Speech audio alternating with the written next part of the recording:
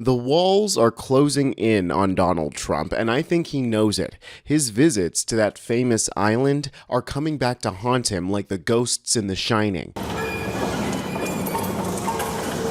A new poll from the Washington Post shows that Trump has, in fact, lost support from his base over this whole Epstein cover-up. I think that the original polling from CNN that showed that his base didn't really care, that was just conducted a bit too early. Now that the details are really disseminating across the population of mostly checked out people, casual Republican voters are not happy with what they're hearing. But you know what makes Republican voters the most not happy? When folks subscribe to Really American and stay up to date on the news that Trump doesn't want you to know. Just saying. Here's the reporting again from the Washington Post. They conducted a text-based survey with over 1,000 participants across the political spectrum. And the first thing I thought was interesting was this question from the Washington Post. How much attention are you paying to the news about government files from the investigation of Jeffrey Epstein? 26% said a lot, 38% said some, 24% a little, and 11% none. The poll found that about 1 in 4 U.S. adults, 26%, are paying a lot of attention to news about Jeffrey Epstein, with 34% saying a lot in that poll. And this is kind of what I was getting at. Not a lot of people are actually in tune with the play-by-play of this whole Epstein thing, so it was going to take some time for the more checked out people to finally understand what's going on. But on top of that, there's a lot of people who are trying to move past this, so it doesn't surprise me that less people are paying attention to this as opposed to immigration crackdowns, for example, the dead horse that the Republicans have been beating for the last 25 years. Still, some or a lot of paying attention to this issue is nearly 60%, so this is clearly something that people are following overall. Asked to describe why they're following Epstein news, people cited curiosity about whether public figures would be implicated, with some specifying Trump. An independent man from Ohio said, "I'm curious. Seems like a big story. Seems important people could be implicated." A MAGA Republican, 61 from Nevada, said, "I want to find out who went to the island." Finally, something we can both agree on. What's interesting is that Democrats are paying the most attention to this, probably because we actually care what happens to small children, but MAGA Republicans care about this slightly more than all Republicans, meaning centrist Republicans want to move past this more than Trump does. Matt Gaetz, Donald Trump, Dennis Hastert, it's the party of pedos over there. And here's one of the biggest blows dealt to Trump. Do you approve or disapprove of the way Trump is handling issues related to the Epstein files? Only 16% saying they approve, with a whopping 58% saying disapprove. And oddly, 26%, so 1 in 4, say they have no opinion. A bit strange, like they're bowing out, refusing to go either way, because they know that if they say they approve, they too look like they're protecting predators, which they are. Here's an independent man from Massachusetts. Trump is not forthcoming with information. Seems a lot more likely as if he has something to hide. Here's a Tennessee woman who's a MAGA Republican. "I don't care about the Epstein files," she says. "I think it's an overblown conspiracy theory." A conspiracy theory that was overblown by which group of people? Oh, that's right, the MAGA Republicans. So funny now that their boy is implicated. They're acting like, this is all a lie, a weird conspiracy that somebody made up. I wonder who it is. Here's another MAGA Republican from North Carolina. He's doing what he needs to do to get the results out. What an absolute lie. I don't know if you guys have ever watched documentaries about cults, but there's always groups of people who are okay with abuse as long as they like the person who's doing the abuse. It's absolutely insane. Here's an actual breakdown of Trump's approval of the handling of the Epstein files. Of course, 91% of Democrats saying they disapprove, with 7% saying no opinion. We'll call those Bill Clinton supporters.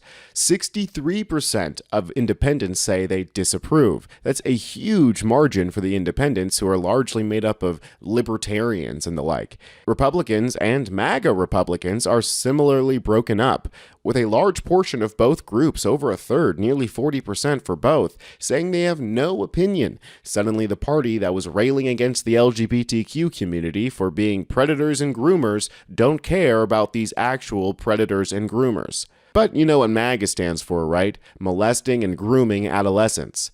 And here's another one of the big left hooks to Trump. The Washington Post asks, just your best guess, do you think the Epstein files contain embarrassing information about Trump, Democrats, billionaires? For Trump, it's a 61% yes, with 26% unsure. Only 12% say no. That's horrible, considering that half of the people answering the survey are MAGA Republicans or Republicans. It's 66% yes for Democrats, and a stunning 84% yes for billionaires. All of us intrinsically know that the richer you are, the creepier you get. But I think the biggest problem for Trump, at least when it comes to public opinion, is showcased in this question right here. Do you support or oppose releasing all files from the Epstein case? A stunning 67% say strongly support, and 19% say somewhat support.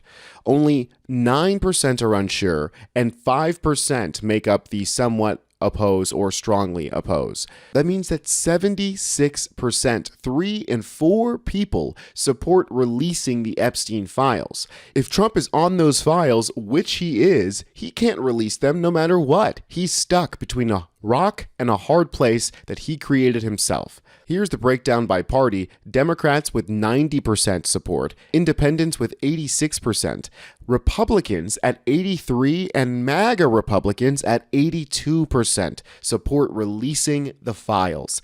Some people might want to move on from this story, but this is exactly why we can't. This is the first time in both of his terms where the scandal has actually stuck, and he clearly doesn't know what to do. You can bet your bippy that this information has made it all the way up to Trump and his media team, as they're desperately trying to misdirect this story, either throwing ridiculous accusations out there in an attempt to take back the news cycle, like Obama being a treasonous lawbreaker, or trying to wash Trump's image as being a bumbling sweet grandpa instead of a sex-addicted misogynistic pedo.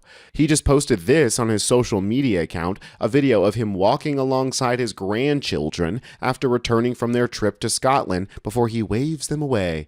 If you ask me, he did this so that if you Google Trump and children, this is the kind of stuff that pops up instead of, the truth. And boy, howdy, does he have a storm coming. The little trick that he tried to pull with Pam Bondi requesting the grand jury testimony as a little bit of a red herring, and Todd Blanche meeting privately with Maxwell in exchange for a chance at a pardon, all of that has only backfired in the best way possible. Just yesterday, Norm Eisen, a lawyer and ethics chief under Obama, made the smartest legal play in this whole Epstein saga. He filed a FOIA request demanding the release of the files and used Pam Bondi's request as a way to get it legally fast-tracked.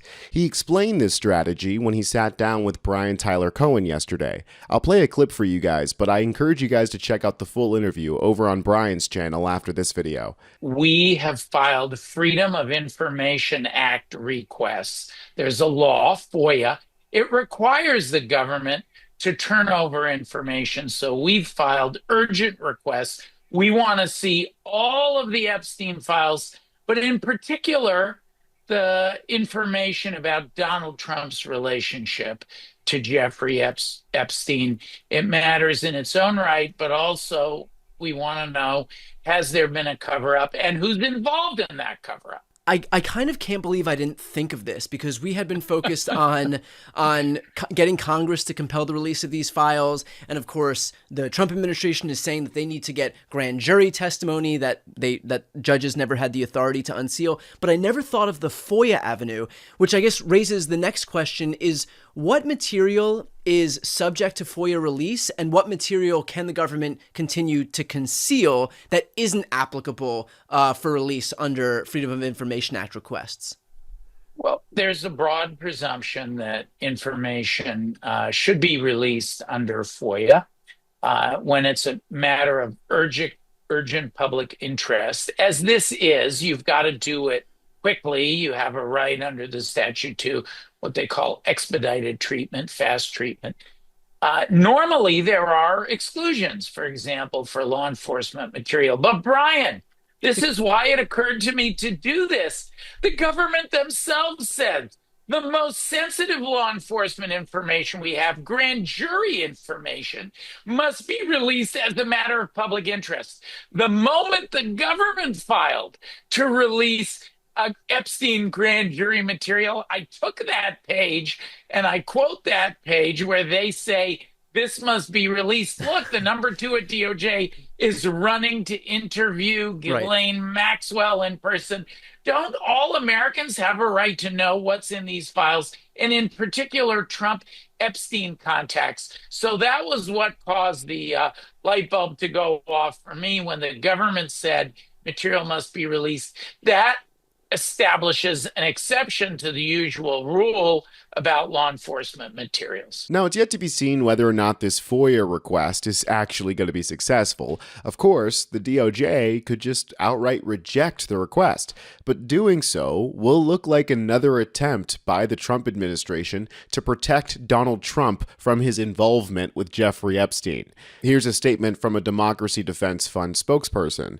The expedited process requests must be approved or denied within 10 days of the request. We anticipate hearing back within the next week. If not, we will be asking a court to enforce the law. So it looks like we are legally entitled to find out by next Wednesday whether or not we're going to get at least some additional Epstein files. If I had to guess, the request is going to be denied, but that denial is going to have to come with an explanation as to why it's being denied, which itself is going to be kind of illuminating. The Trump administration is now having to play around the fact that this FOIA request exists because it's positioned to be in line with their current narrative, that Pam Bondi is working her hardest to get these files released. If that were true, then she should be supporting this FOIA request. So let's see if that actually ends up happening. If you guys want to stay up to date on what's going on with this case and the kind of stuff that MAGA doesn't want you to know, then you know where to find it, right here at Really American. I'm Tony Hinderman, and I'll catch you next time.